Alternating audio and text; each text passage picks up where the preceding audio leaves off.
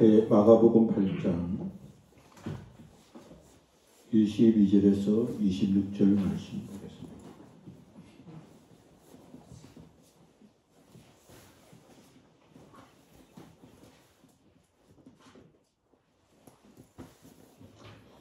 베세다 이름에 사람들이 맹인 한 사람을 데리고 예수께 나와 손 대시기를 구하거늘 예수께서 맹인의 손을 붙잡으시고 마을 밖으로 데리고 나가사 눈에 침을 뱉으시며 그에게 안수하시고 무엇이 보이느냐 물으시니 쳐다보며 이르되 사람들이 보이나이다. 나무 같은 것들이 걸어가는 것을 보나이다 하거늘 이에 그 눈에 다시 안수하시며 그가 주목하여 보더니 나아서 모든 것을 밝히 보는지라. 예수께서 그 사람을 집으로 보내시며 이르시되 마을에는 들어가지 말라 하시니라. 아멘. 운전을 하다 보면 가끔씩 경고음과 또 비상라이트를 켜고 달리는 견인차를 볼 때가 많습니다. 어떤 경우는 견인차가 구급차, 경찰차보다 먼저 사고 현장에 도착하는 경우도 많이 있습니다. 이렇게 빠르게 출동하는 견인차 덕분에 난감하고 또 난처한 상황을 신속하게 정리되는 때가 많이 있습니다. 저도 견인의 도움을 받은 적이 여러 번 있습니다. 그 중에 기억나는 것은 아침에 운전하다가 갑자기 차의 고장을 발견하고 차 도로가에 곁에 두고 견인차를 부른 기억이 있습니다. 견인할 때는 이제 차만 견인을 하는데 그날은 비가 오는 아침이고 또 대중교통을 이용할 수 없는 곳이고 그래서 견인하는 기사가 그냥 차와 함께 타고 가도록 허락해 주었습니다.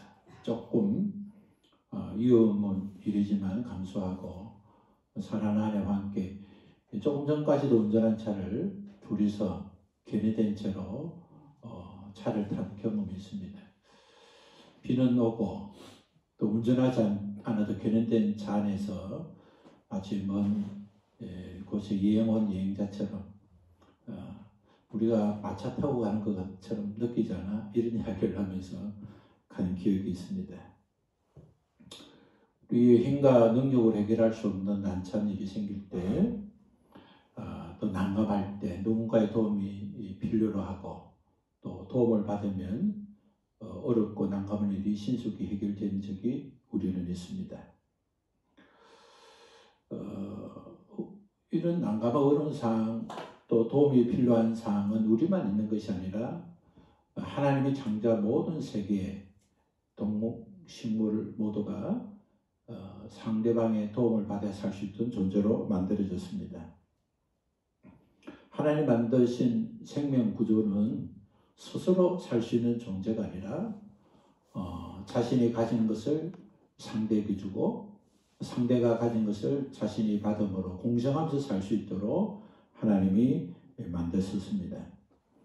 하나님께서 흙으로 각종 들짐승과 또 새를 지으시고 그것들을 아담에게 이끌어 주었습니다.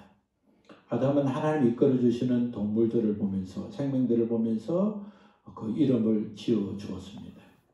아담은 모든 생명에게 이름을 지어 줄 만큼 대단히 총명하고 또 똑똑하고 또 충만한 사람이었습니다. 모든 것이 부족하면 타고난 아담이었지만 하나님께서 아담을 도울 수 있는 아내를 주었습니다.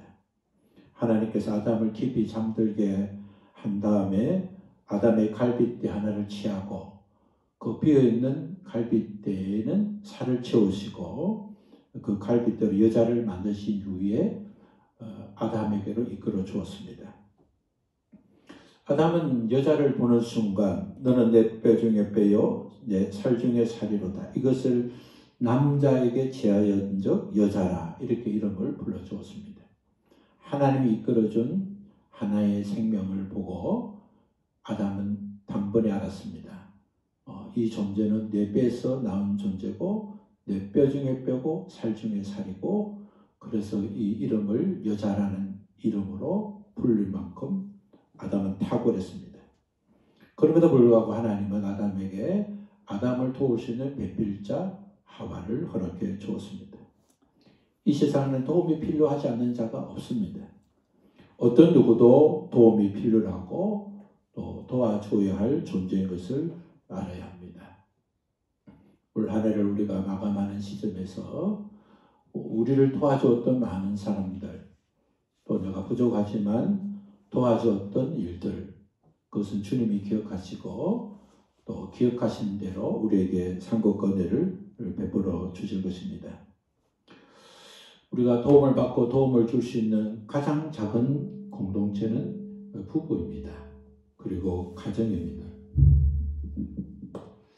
하나님 기쁨이 되는 부부는 하나님을 사랑하고 서로 사랑하는 돕는 배필로부터 시작이 되는 겁니다. 서로와 도와주고 또 사랑하고 이해하는 정도만큼 부부는 깊이가 있게 되고 사랑의 친밀도를 느끼게 됩니다. 부부가 서로 사랑하며 영과 육으로 하나님을 사랑하고 하나님 사랑 안에 살면 그 산 것은 자녀 우선에게 전달되고 이 땅에서 영원한 세계에서 산 것과 은혜를 누리게 됩니다. 하나님이 세우신 공동체는 가정과 교회인데 그 공동체의 중심은 다 피로 맺어진 관계라는 겁니다. 가정 공동체는 육신의 피로 맺어진 공동체이고 교회는 영적인 피로 예수 그리스도의 피로 맺어진 공동체이기 때문에 이 공동체는 사람의 생각으로 끊어서는 안 되고 또 서로가 사랑하고 도와주는 영육 간의 복을 받는 공동체가 되는 것입니다. 예수님께서 베세다로 갔을 때에 사람들이 앞을 볼 수 있는 시각장애자를 데리고 왔습니다. 앞을 볼 수 있는 자들이 앞을 볼 수 없는 한 사람을 예수 그리스도 앞으로 견인해 주었습니다. 하나님은 구원하시기 위해서 하나님은 필요한 자들을 다 동원하셨습니다. 우리가 구원받은 것은 스스로 예수 믿기를 작정하고 그래서 예수를 믿게 된 것이 아니라 다 하나님께서 도울 자를 붙여주시고 때를 따라 돕는 은혜로 우리가 주님을 만나게 되고 복음을 듣게 되고 예수 그리스도를 영접함으로 구원에 이르도록 주님께서 인도해 주셨습니다. 때로는 어떤 경우는 나는 누구의 도움을 받지 않고 나 스스로 교회를 갔다 하는 간증자들이 있습니다.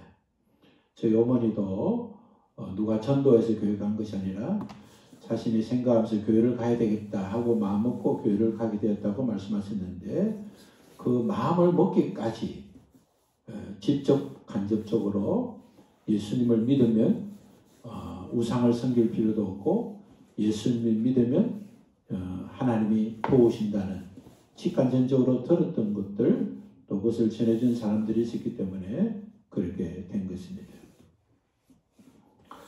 하나님의 도우심을 받기 위해서 하나님이 도와주시기 위해서 하나님은 많은 사람을 사용하시고 그 사람들을 통해서 구원에 이르도록 역사하여 주신 것입니다.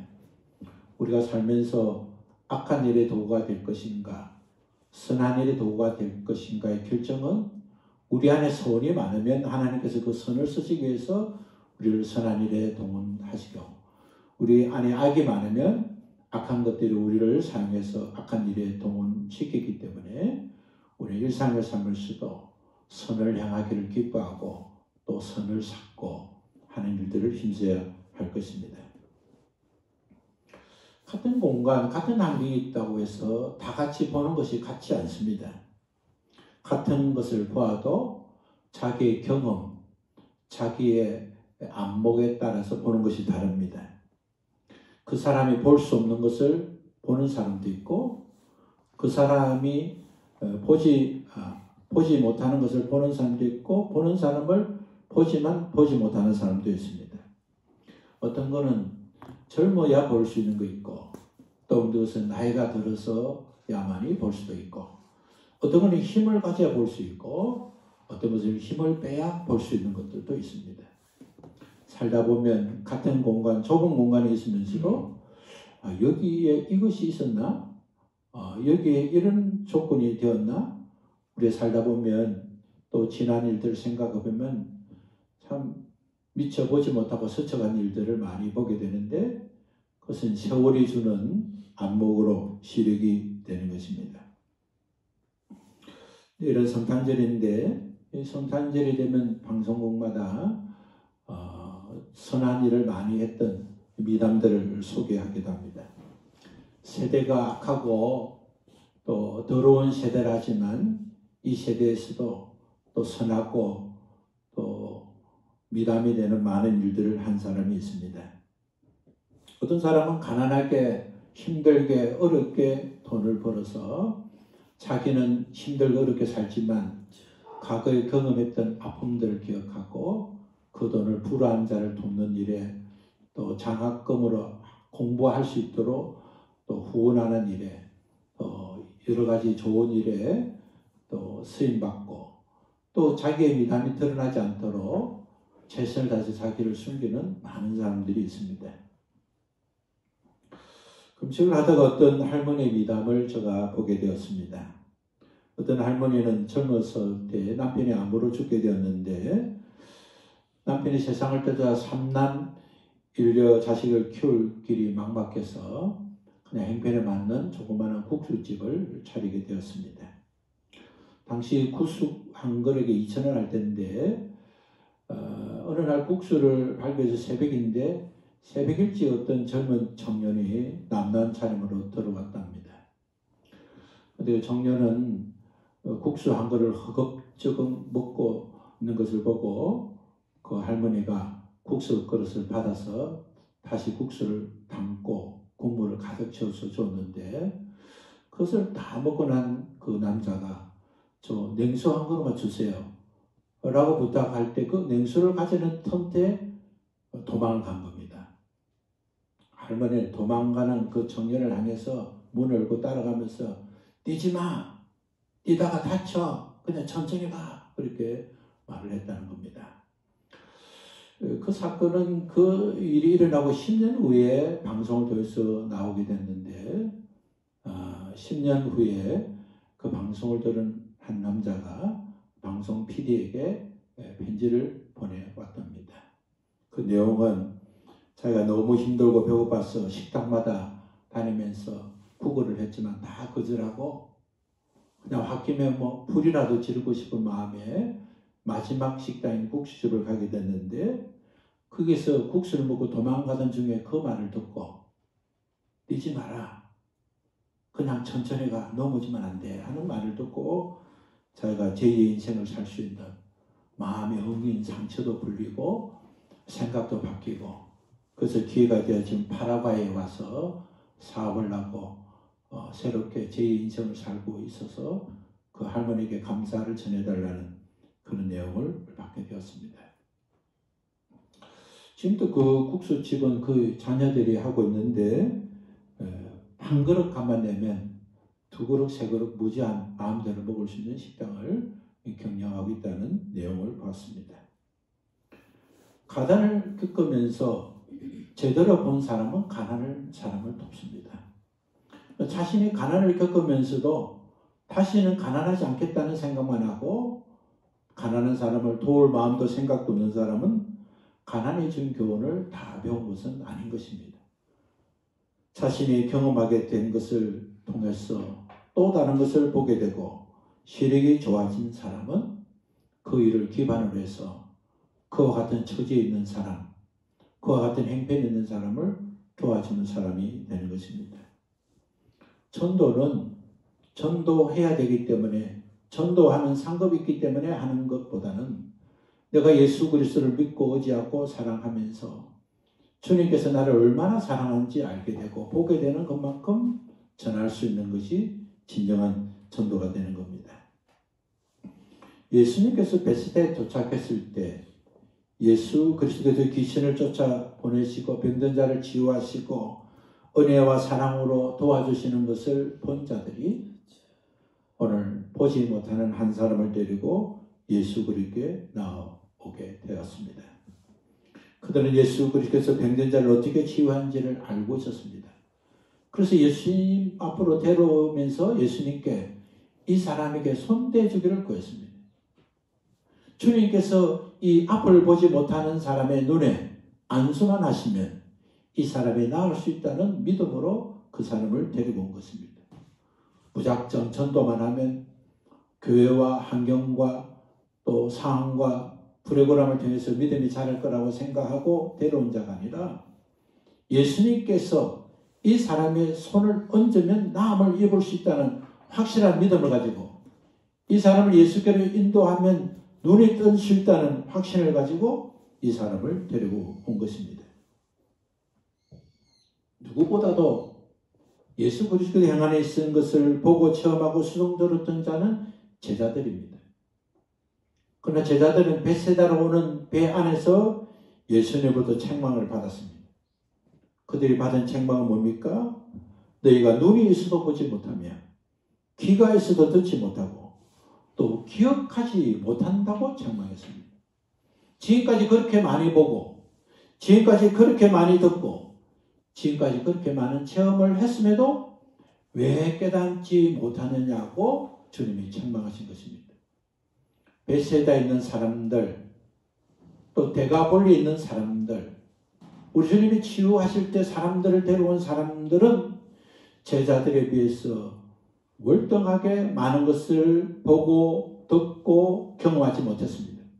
그런데도 불구하고 그들은 예수 그리스도가 누구신지를 알고 예수 그리스도를 향한 믿음의 눈이 떠였고 믿음으로 그들을 인도하게 되었습니다.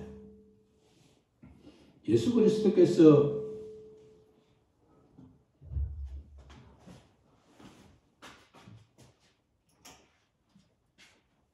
제자들을 책망하신 이유는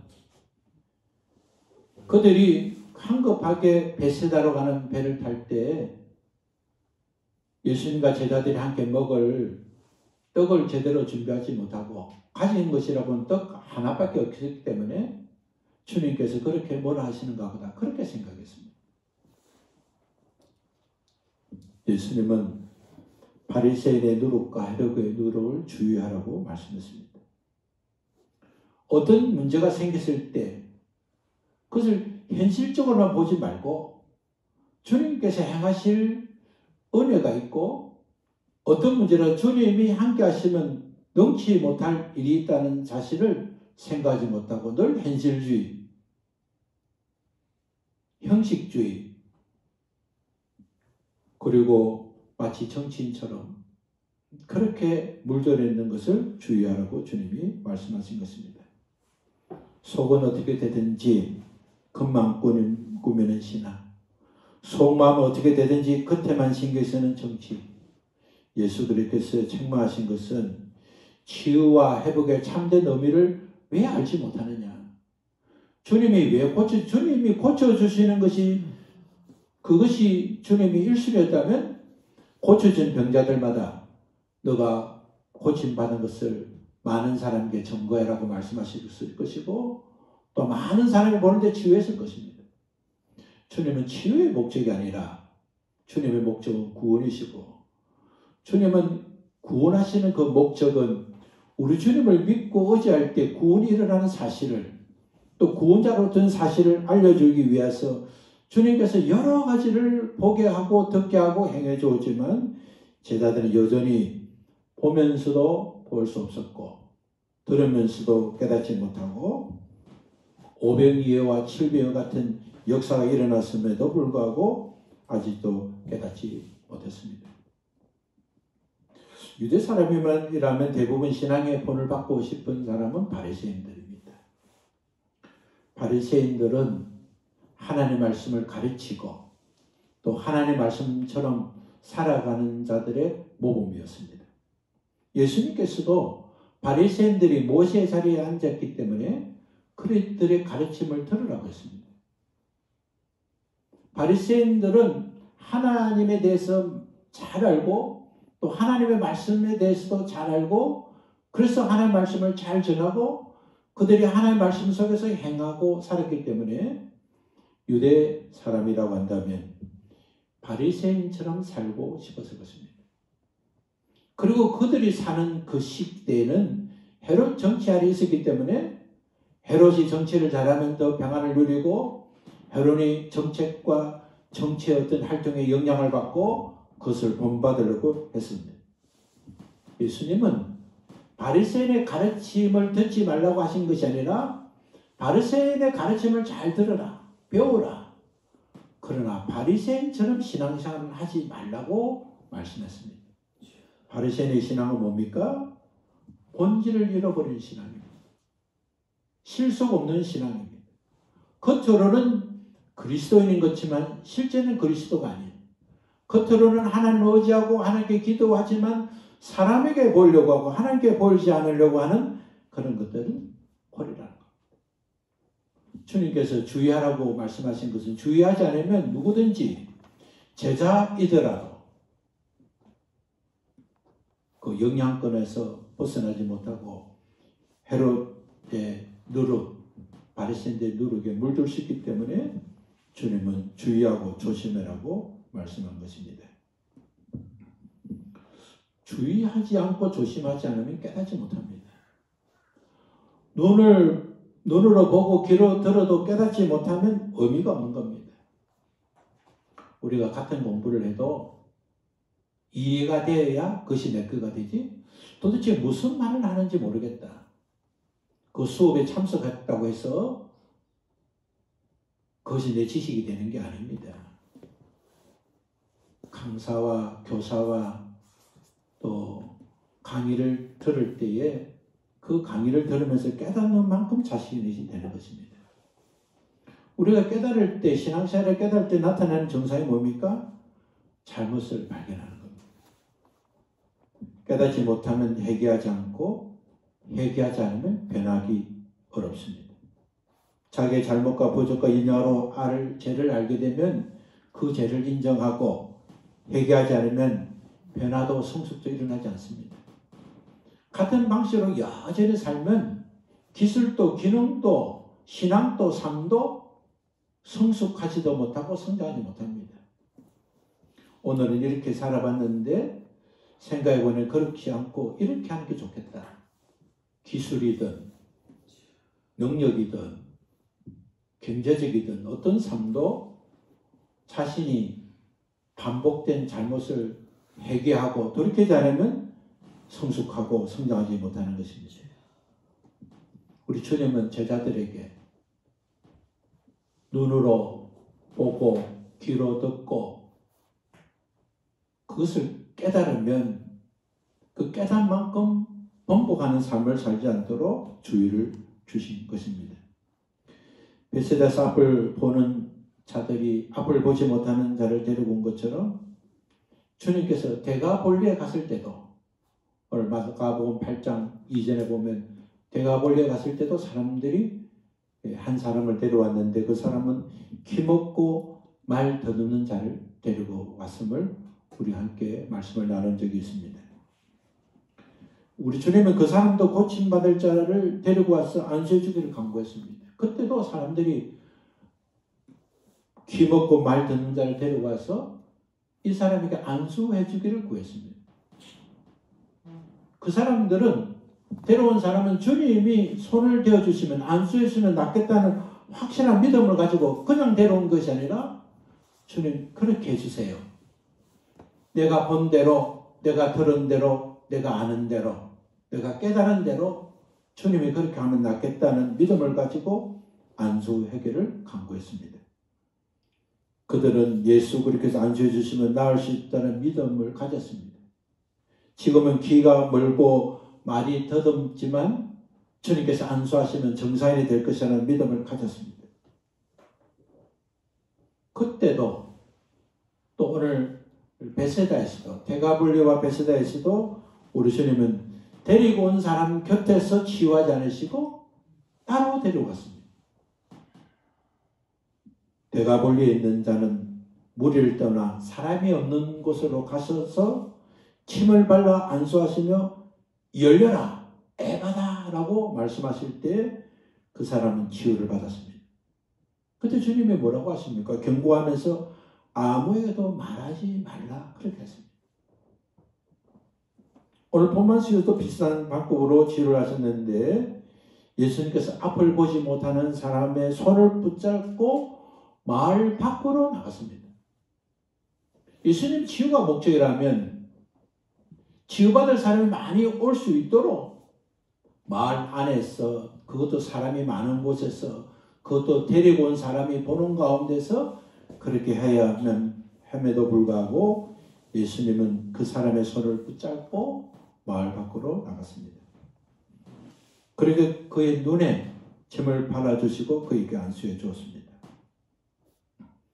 마태복음 9장 27절을 보면 앞을 보지 못하는 두 사람이 치유받는 내용을 기록하고 있는데 이 두 사람은 다른 사람의 도움을 받지 않고 두 사람이 서로가 서로를 의지하고 주님 앞으로 나왔습니다.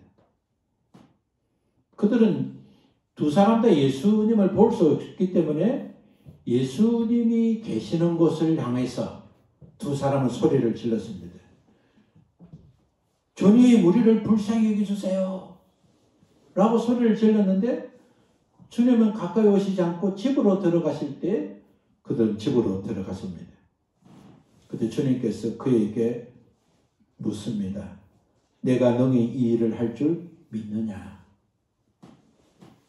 믿음으로 데려온 사람이 아니라 그들 두 사람이 믿음으로 나와봤을 때 주님이 그들에게 물었습니다.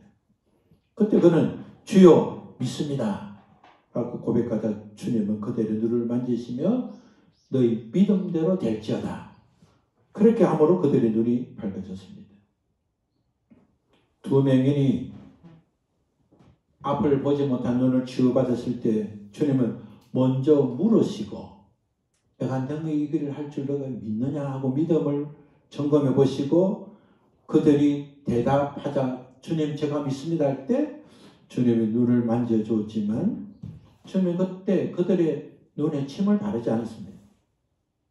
그러나 오늘 본문에는 예수님께서 데려온 맹인을 따로 데려가시고 눈에 침을 바르시고 먼저 안수하신 후에 질문했습니다. 무엇이 보이느냐? 그는 첫 번째 대답이 사람들이 보입니다. 나무 같은 것들이 걸어가는 것을 봅니다. 이 사람은 태어나면서부터 소경이 된 자가 아니라 아마 살면서 소경이 된 가능성이 있겠다는 생각이 들었습니다. 그는 보는 순간 아 사람들이구나. 그런데 나무 같은 것들이 왜 걸어가지? 그럼 이는 사람들이 보입니다. 나무 같은 것들이 걸어가는 것을 봅니다. 라고 대답했습니다. 예수님께서 그의 대답을 듣고 다시 안수하셨습니다. 그러자 그는 이제 대답하기 전과 다르게 주목하고 보았다는 겁니다. 집중해서 보았다는 겁니다. 처음에는 보이는 대로 말했습니다. 이제는 집중해서 보게 되었고 성경은 완전히 나음을 읽고 밝히 배웠다고 기록하고 있습니다. 예수 그리스도께서는 지금도 우리 상태를 물으십니다. 올 한 해를 마감하고 있는 우리들에게 주님 우리에게 묻습니다. 너 인생 가운데 무엇이 보이느냐? 너는 고난과 환난 가운데 무엇이 보이느냐? 너에게 준 시련과 축복 가운데 너는 무엇이 보이느냐고 주님이 물으십니다. 그때 우리가 주님 앞에 대답할 때 가장 중요한 것이 정직하게 대답하는 겁니다. 형식적이고 외식적인 기도가 아니라 정직한 기도가 필요한 것입니다. 바리새인의 누룩과 헤롯의 누룩을 영향권을 벗어나는 것은 주님 앞에 내가 처한 상황을 정직하게 고백하는 것입니다. 우리가 이것이 훈련이 안 되면 우리가 나 자신을 위해서 기도하면서도 형식주의 기도를 할 때가 있습니다. 기도의 형태와 어떤 상황에 매여서 그렇게 기도할 때가 있습니다. 그러나 주님이 원하시는 질문 앞에 있는 기도는 주님 제가 너무 힘듭니다. 배고픕니다. 연약합니다. 갈 바를 알지 못합니다. 주님의 주신 은혜가 아니면 살 수가 없습니다. 눈을 열게 된 시각장애자가 사람들이 보이고 나무 같은 것들이 걸어간다고 말을 하면 도대체 주님께서 어떻게 생각하실까를 생각하고 본대로 말했습니다. 우리는 수많은 신앙의 사람을 통해서 보고 듣고 깨달음을 얻었습니다. 오늘 우리가 많은 자를 통해서 영향을 받지만 가장 중요한 것은 그들이 고백한 것을 따라하는 고백이 아니라 우리가 체험하고 누렸던 정직한 고백을 주님께 드려야 하는 것입니다. 어떤 것이든 깨닫게 되면 자기 것이 됩니다. 자기 출신을 주의 깊게 살피면 죄를 발견하게 되고 죄를 회개하면 사죄의 은혜를 입게 되고 주님 앞에 더 가까이 더 깨끗한 거로 또 쓰임받는 사람이 되는 것입니다. 깨끗한 옷을 깔끔하게 계속 입을 수 있는 방법은 단순합니다. 옷을 입고 다닐 때 주의하고 더러워지면 빠르게 세탁하는 겁니다. 그러면 늘 깨끗한 옷을 입을 수가 있습니다. 우리의 삶도 그렇습니다. 복음으로 구원을 주시는 예수 그리스도께서 복음을 전파하시면서 가장 먼저 하나님의 나라 가까이 왔다. 하나님 나라에 입성하려면 하나님 나라에 임하려면 하나님 나라의 복을 받으려면 회개해야 될 것을 말씀해 주었습니다.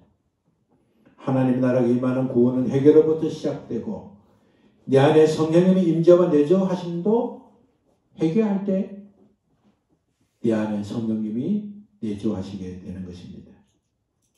예수 그리스도께서는 어떤 것이라도 제한하지 않고 무엇이든지 땅에서 매면 하늘에도 매일 것이고 무엇이든지 땅에서 풀면 하늘에서도 풀린다고 말씀했습니다. 어떤 것이 아니라 어떤 것이라도 문제는 땅에서부터 시작된다는 것입니다. 푸는 것이 무엇입니까? 그래서 매임을 푸는 것은 해결인 것입니다. 우리 주 예수 그리스도 이름으로 우리 주님이 나에게 주신 예수 그리스도의 보혈의 권세로 회개하면 묶여있는 것이 풀려지는 것입니다. 오늘 우리 삶에 여러 가지로 묶여있는 것들이 많습니다. 하나님께서 이것을 풀어주시겠지 하고 막연히 기도하는 것이 아니라 우리 자신이 우리 잘못을 깨닫고 성령께서 알게 하시는 은혜를 통해서 우리가 회개할 때 풀릴 때 하늘에서 풀려지고 아멘. 여전히 묶어있으면 묶여진 상태로 남는 것입니다. 바리새인의 누룩과 헤롯의 누룩은 해결 없는 신앙입니다. 예수님께서 아무리 말씀을 해도 그들은 오히려 하늘의 표적을 보여달라고 하는 것들이 바리새인 것입니다. 요한일서 1장 9절의 말씀을 보면 만일 우리가 우리 죄를 자백하면 그는 미쁘시고 의로서 우리 죄를 사하시며 모든 불의에서 깨끗하게 하실 것이라고 말씀했습니다. 모든 불의, 하나님 주신 의로움을 방해하는 것, 하나님의 축복을 방해하는 것, 하나님 주신 은혜와 사랑과 충만을 방해하는 어떤 불의도 우리가 우리 죄를 자백하면 우리 주님 우리 죄를 사하시고 불의에서 깨끗하게 해주신다고 약속했습니다. 사랑의 하나님께서 우리 죄를 자복하면 우리 죄를 사하실 뿐만 아니라 모든 불의에서 깨끗하게 해주신다고 약속했던 것을 잊지 말아야 합니다. 예수 그리스도께서 눈이 밝아져 모든 것을 보게 된 자에게 집으로 보내시며 마을에는 들어가지 말라고 당부했습니다. 이 사람을 한번 격리시켜서 치료하신 후에 완전히 치유된다면 이 사람을 마을에는 들어가지 말라고 격리된 삶을 살 것을 말씀해 주신 것입니다. 앞을 보지 못한 사람이 마을로 들어가면 어떤 일이 납니까? 사람들이 아니 당신 눈 떴네? 이제 보여? 어떻게 됐어? 그것이 전도가 되고 간증이 될 수 있지만 그 사람은 잘못되면 간증이 직업이 될 수도 있습니다. 우리의 삶은 참 과거에 경험했던 것을 간증하는 것이 은혜가 됩니다. 그러나 너무 간증을 계속하다 보면 간증이 강사가 되고 직업이 됩니다.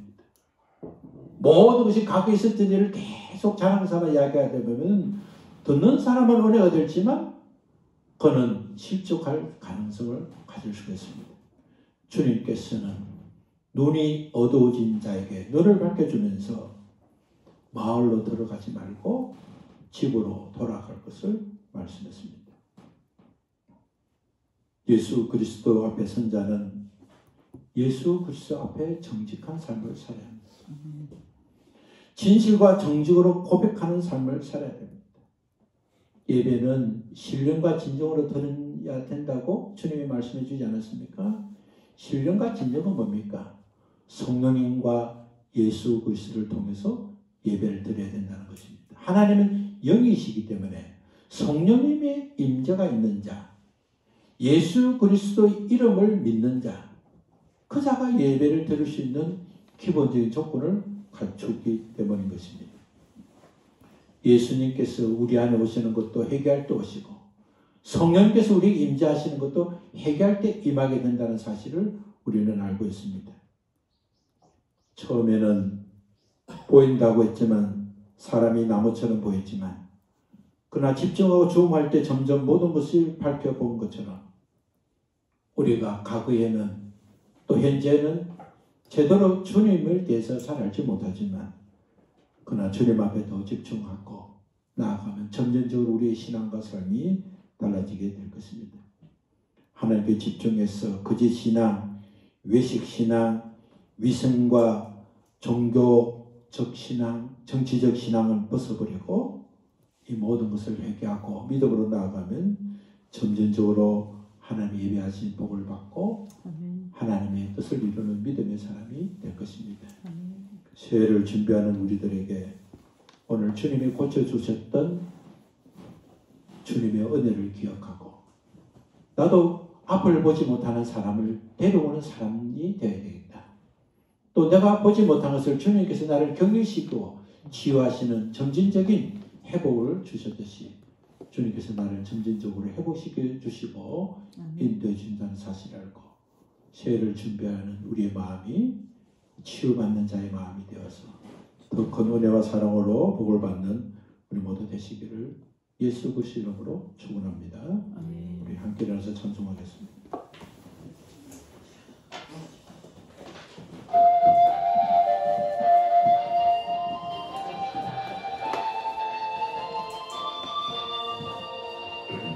갈 길을 밝히고 일시니 주 앞에 빨리 나갑시다.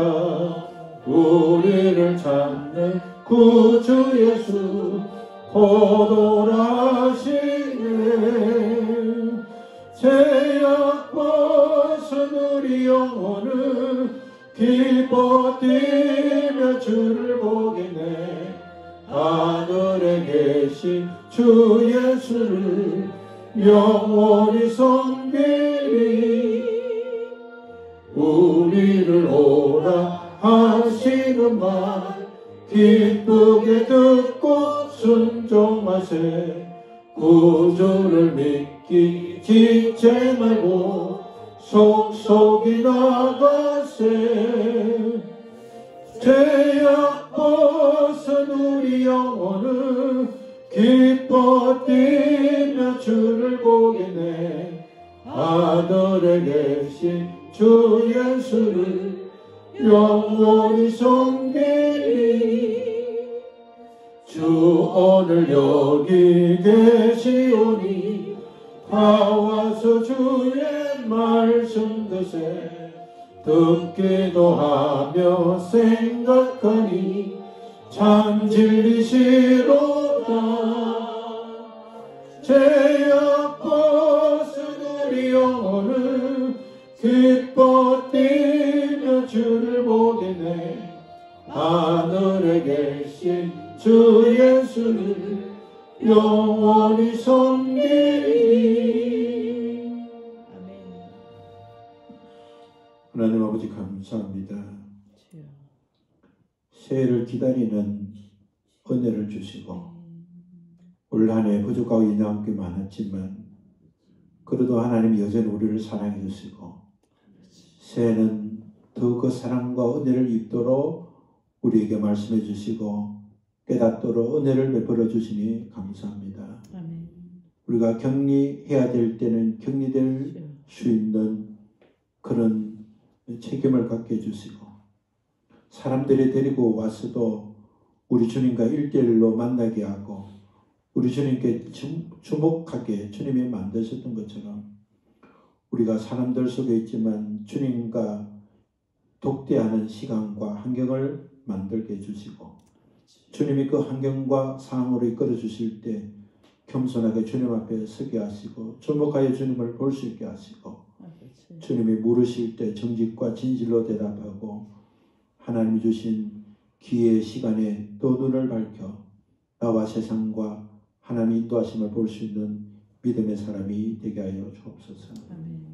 이제는 우리를 구원하신 예수 그리스도의 은혜와 우리 하나님의 크신 사랑과 성령님의 교통하심이 오늘 주의 말씀을 듣고 처음에는 나무로 보였지만 주목할 때 사람들이라는 것을 확연히 보고 또 주님이 행하신 은혜와 사랑을 확연히 보고 집으로 돌아왔던 치유받은 자처럼 우리도 하나님께 온전히 치유받고 회복되어서 하나님이 원하시는 기뻐한 삶을 살기를 작정하는 사랑하는 주님의 자녀들 위해 저들의 율태후의 환경 속에 언제나 함께 계시기를 우리 주 예수 그리스도 이름으로 축원하옵나이다. 아멘.